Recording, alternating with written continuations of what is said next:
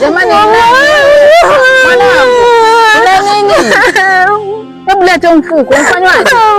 Mama, kila siku mimi nachoka, nilikosa nini mama? Sasa unaachwa na nani? Yaani wewe baba shakuacha mara moja hiyo? Ndio mama, sasa mwanangu mama, mimi naachwa na zangu nyumbani. Ale tubaki basi mwanangu. Usilie kwenda hapa ufukuzwa wewe.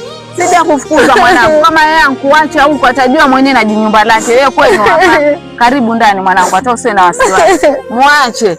Yaani yeye ankuacha kwa sababu gani?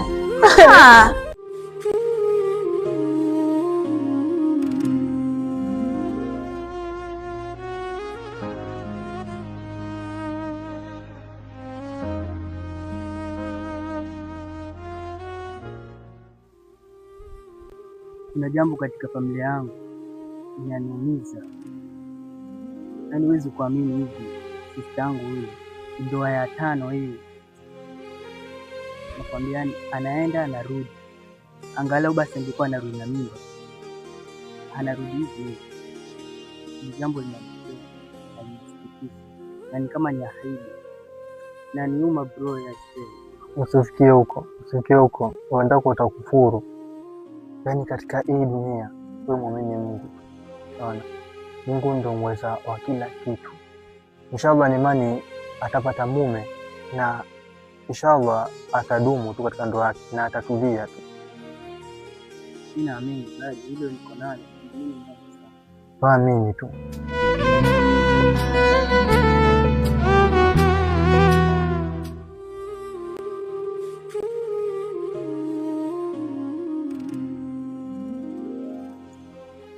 Hadija mwanangu.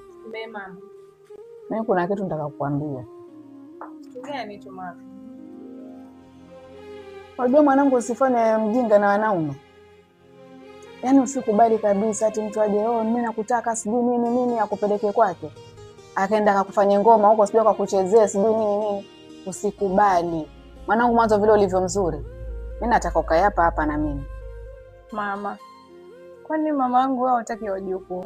Wewe unafurahia mimi nikienda kwa bwana nikiachika nikirudi hapa nyumbani. Hiyo ndio kitu mamangu wewe unafurahia.